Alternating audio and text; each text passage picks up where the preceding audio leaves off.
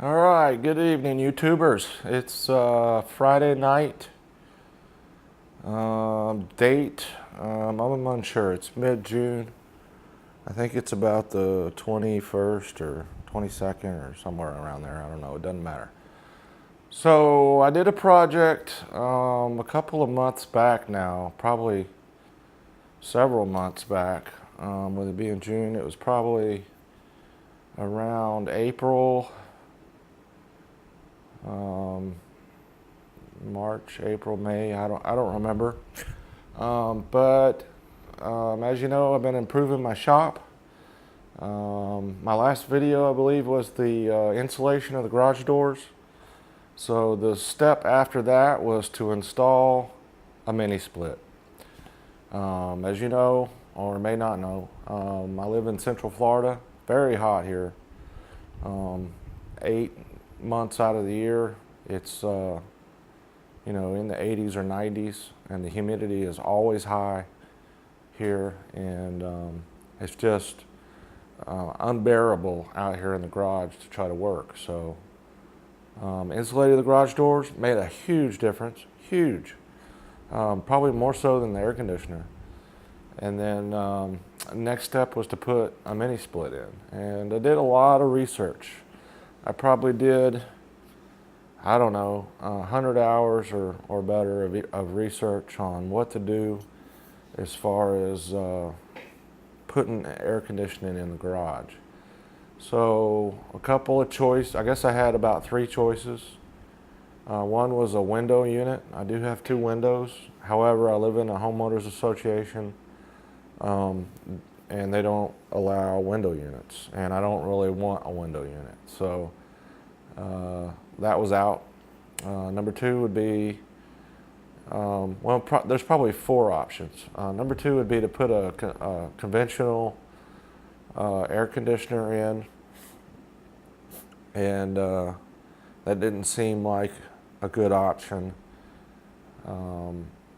as well, so I struck that one. Number 3 would be to somehow put a diverter or damper or some kind of system in to my main house AC to divert some air out here while it's running, and put a separate thermostat and 2 zones or zone controller or some kind of elaborate thing like that. And I wasn't interested in doing that either. So that left really a mini split. So once I decided I wanted a mini split, I did a lot of research on shocker DIY installs of mini splits, and then what it may cost to have a professional heating and air company come out and do it. So I did not get a quote, but I did a lot of forum reading, and a lot of it was in Florida. So I had a good idea of what the cost of a mini split install would be from a professional, and that seemed to be in the $4,000 to $5,000 range to have somebody come out and do it. So that's probably a decent deal if you're putting a mini split in your home to condition the air in your home. You get a warranty. It's a long-term investment. But I didn't think that was the right way to go about air conditioning a shop or a garage. That just seemed to be too much money. The value in my mind was not there. Plus, I'm always up for a challenging project. So I did a ton of research, and I decided I was going to do it the cheap way, and that was to DIY install this mini split. So there's a lot of different brands available that you can buy online. Mr. Cool and I don't know, all kinds of different ones. Pioneer is another one here. a lot of different brands. But I decided on the Pioneer unit just because of the price, number one. Number two, where the reviews were pretty good. They weren't, outstanding like a Mitsubishi or a Daikin unit, but they were pretty good. They weren't terrible. They weren't bad. Better than average. Very little problem that I could read about. And number three is these folks are actually based out of Florida, so it was a quasi-local purchase for me. Down in Miami is where they're at. I'm just 3 hours north of Miami, so that's what I did. I ordered the Pioneer from highseer.com. It's a Parker Davis company. I think Parker Davis is a big AC wholesaler or business, but their website is called highseer.com. So I did a bunch of research. I've got a 600 square foot garage. It's 30 by 20, if you will, 21 by 31 or something, so it's 600 square feet. It's 8-foot ceilings. So if you do the calculations based on square footage, like you would do for a home, it basically says you need a 1-ton unit, 12,000 BTUs. So obviously I figured I needed to upsize that just because this is a garage. Plus I've got concrete block walls on 2 sides. And then of course you've got doors, garage doors, which seal up pretty good, especially if they're insulated, but they're not sealed perfectly. So you've got some leakage in a garage already, especially with the block not being insulated. It only provides a very little insulation for the concrete block. So anyways, my choices were basically a 1.5-ton unit, 18,000 BTU, or I could go to a 2-ton unit, 24,000 BTU. I kind of was leaning towards the 2-ton just so I could cool it down quickly. However, I felt that was probably overkill. So I settled on the 18,000 BTU unit, the 1.5-ton. So the cost, I'll be transparent. The cost was, I think it was $780, I believe, for the unit itself. Plus I had to buy an adapter for the vacuum process, and I had to pay shipping, and I had to buy, well I didn't have to, but I bought a line hider kit. It's a plastic kit that hides your refrigeration and power lines. So I think all told, my purchase for just the air conditioner and the parts that went with it was right around $950, I believe. It comes freight, so you have to pay like $100+ in freight shipping. But it was about 900 bucks. So that was the cost of the air conditioner itself. On top of that, I had to buy some tools. So first of all, I needed a diamond or carbide tipped hole saw that will drill through concrete block. So I think I spent, and I'll link all this stuff below so you can get a feel for what all this stuff really costs. I'm going by memory.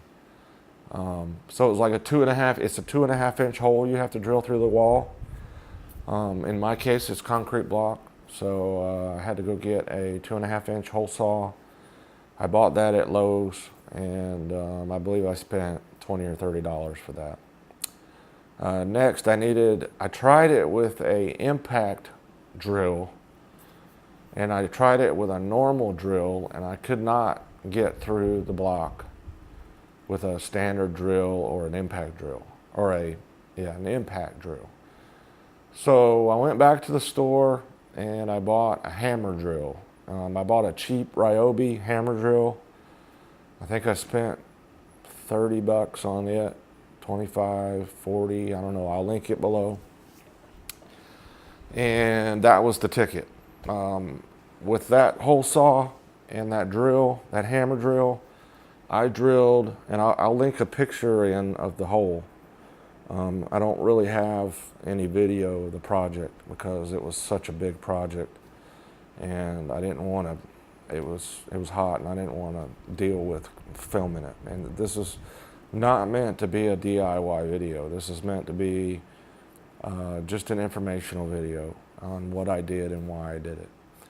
So with that drill and that drill bit, I went through this 8-inch cement block in about 5 minutes or less. It literally maybe 2 to 3 minutes, and I was through the block. Made a clean hole, perfect. I angled it down just a little bit so the drain tube wouldn't clog up coming out of the back of the unit. And that was it. I got the hole drilled. After that, I marked out the mounting bracket template, and I attached that to the wall with the screws that were provided with the unit. They provide some little concrete anchors, and that was no problem at all. I was able to do that with a tape measure and just mark the holes, drill the holes, and then attach it to the wall. And I'll link that picture in here as well. So once I had that done, you basically attach. It comes with a 16-foot line set to attach to the back or to the pigtails of the refrigeration lines coming out of the unit. I attach that, put those through the wall. That comes with a little like a coupler, a plastic tube that you put in the hole. You feed the lines through the hole, and then you basically hook the inside unit onto the bracket, and then you're done with the inside unit, other than hooking up the wiring inside the cover here. The instructions were great. They tell you exactly what to do, how to hook the wiring up. It comes with the wiring, so there was no issue there. So once the inside unit was done, I ran my electrical, and I've already covered the electrical run, and we'll go outside here in just a minute and I'll show you where that came from. But I installed a 240 volt circuit breaker in my new sub panel. It's a 20 amp circuit, 240 volts. That's what was required by the air conditioner. And I ran that up through the attic and out the soffit and down the outside of this wall that's on the other side of this wall. And then terminated that into a disconnect. So I bought a disconnect from Lowe's. It was a 30 amp unfused disconnect, and that's what's required to do this wiring for a air conditioner. So if it's being serviced, you can easily disconnect the power that's going to the unit without having to go off and find the circuit breaker that is providing power. Let's move over here and I'll show you the tools before we go outside. I think you can see that. So here's some of the tools that I used, just so if anybody out there wants to try this themselves. And I want to reiterate, this was not a technically hard project. If you can run a little bit of electrical, and you can do basic mechanical type projects, you can do this. This is not hard. It did take a lot of time because I was researching as I went. I've never done this before. I wanted to make sure I did it right. I took my time, and again, I was by myself, so it did take me the better part of 4 days. And when I say 4 days, I did not work anywhere near continuous 4 days. It certainly can be done in one day if you knew what you were doing, you've done it before, you do it for a living, and you work, continuously without stopping. I stopped continuously and researched and went online and took a break, and I just took my time. So it took me 4 days. To drill the hole, this is the hole saw that I bought. It's a Linux diamond bit, 2.5-inch hole saw. And I'm here to tell you, that thing went through concrete block in like butter. It was literally, it was astounding how quickly it went through. But the secret sauce to the bit is not necessarily the bit. It is a hammer drill, which I did not own. So again, I had to purchase a new tool. I bought this Ryobi hammer drill. Basically, it's got 2 speeds, or it's got hammer and non-hammer. It's not 2 speeds, but putting a little pressure on this makes it hammer. And again, I can't reiterate enough how awesome this drill made that bit go through the concrete block. Luckily, my concrete block that I went through was hollow in the middle. They do pour down here in every other block or so, solid concrete in the cavities, but the one I just happened to choose to go through was hollow. So I only had to go through, a little bit of concrete on each side of the block. So it went really fast. So the other tools I had to buy, instead of calling a professional to come to do a vacuum on the system once you have it hooked up, decided to do it myself based on what I read online and following the instructions from the manufacturer. And that's basically, you need to vacuum the lines. After you get it all hooked up, you run a vacuum. And I think they claim you can run it for 30 minutes and be good enough. I ran it for about 4 hours. But I bought a vacuum pump off of Amazon. Had good reviews. People seem to buy this pump for exactly this purpose, is to do a mini split install. It's basically a 50, 60 buck. I don't remember. I'll link it below. It wasn't extremely expensive pump, and it's not meant, I'm sure, to be used by a professional air conditioner installer, but it worked perfectly for what I needed it to do. I was able to run a vacuum. Again, I let it go, I think, for 4 to 5 hours, and it didn't overheat. It ran the whole time, and it did exactly what it was supposed to do. The other thing you need is actually an adapter for your gauge set, and I think the mini splits require a 5/16 adapter or a fitting versus a 1/4 inch. I believe I've got that right. Regardless, you have to get an adapter to connect your gauge hose to the mini split port. So I actually bought that when I bought the air conditioner, so from the same people. So it's just a little simple adapter right here. The other thing I needed was a gauge set, and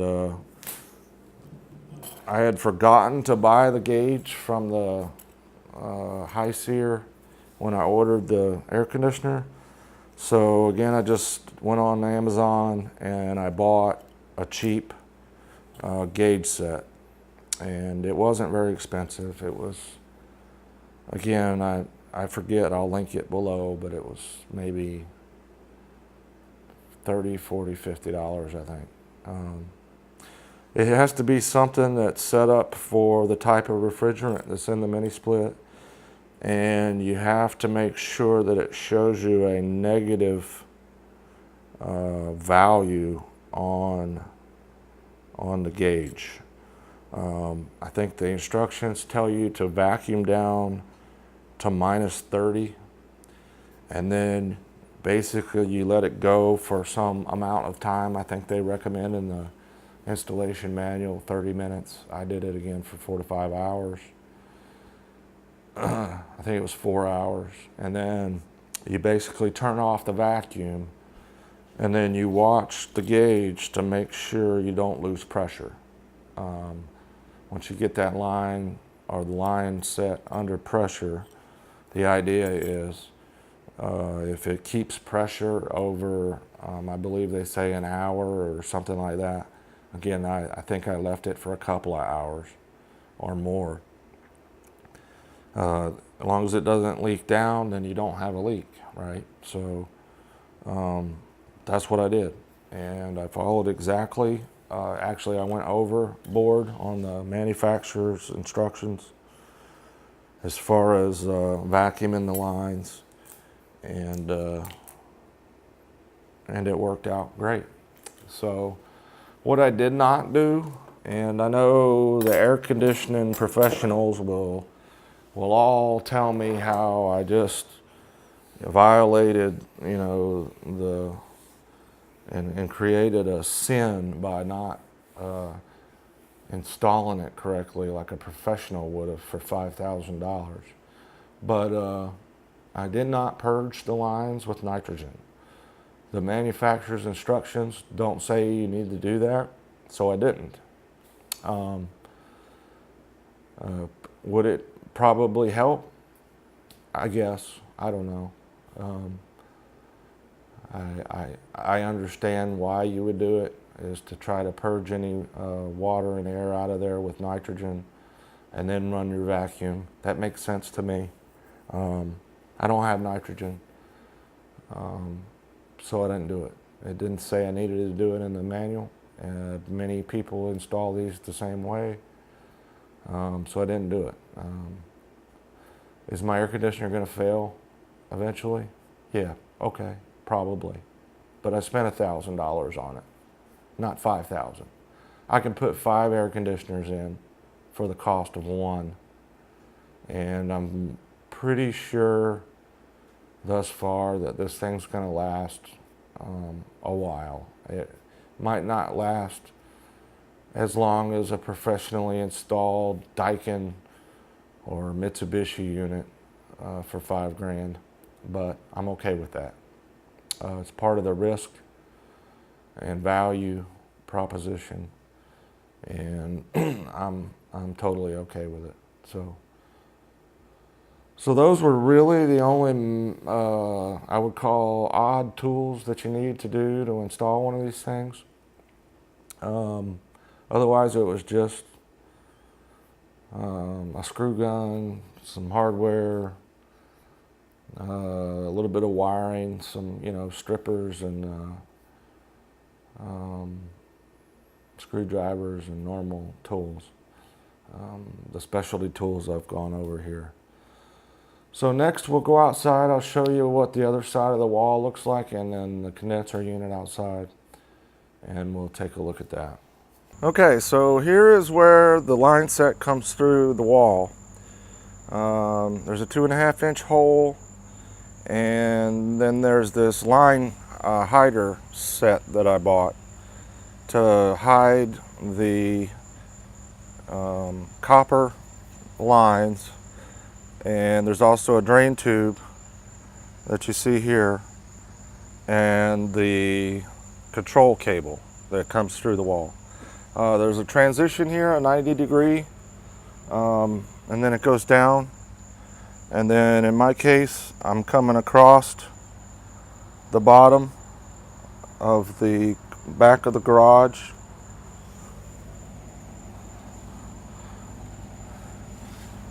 over to the condenser. So if we back up just a minute, we've got my electrical coming out of the soffit, and I'm using liquid tight connector. I haven't strapped this down yet to make it more permanent, but that's where my 240 volt circuit comes down to the disconnect. Again, that's a 30 amp disconnect, which then brings power over and down through another liquid tight to the condenser unit.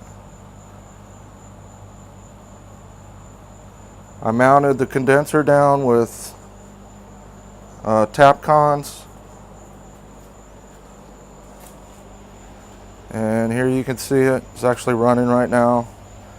I don't know how loud that is on the microphone, but it's very, very quiet. So basically you've got coming in, you've got a control cable, you've got power, and then you've got your low side and high side copper to the unit. So it's not very large at all, as you can see. I had kind of a spot to mount it here, and it's hidden from view, and that's how it's installed.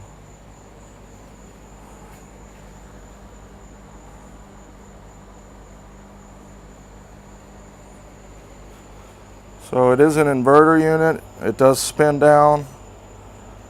If it's not working hard, the fan will actually slow down, and it'll kind of regulate itself, so it's not running full blast all the time. So that's all there is to it. It's a relatively clean install. I need to clean up the wiring a little bit, but otherwise it's been just fine. All right, so that's the whole air conditioner install. Again, Pioneer mini split is what I used. All in, I'm probably $1,000, maybe $1,050 into the install. It took me 4 partial days to install it. It could have been done in a full day. But again, I spent a lot of time researching as I went, and I took my time. So as you're looking right now, it was 91 degrees today here in Florida. The humidity was 90% this morning when I woke up. I've had it on most of the day. It is 74 degrees in the garage. So absolutely 100% worth the dollars that were spent to install it, and I'm totally happy with the unit. And I recommend, if you do a lot of work in your shop or your garage, that you, number one, insulate it. Number two, mini splits are great. So I want to thank everybody for watching. If you liked the video, please give me a thumbs up, hit that like button, share it with your friends, and if you're not subscribed, I'd appreciate it if you would. We've got lots more videos coming, and I'm working on another project tonight out here in the garage already, and we'll have that one up in the next couple of weeks. So thanks again. See you later.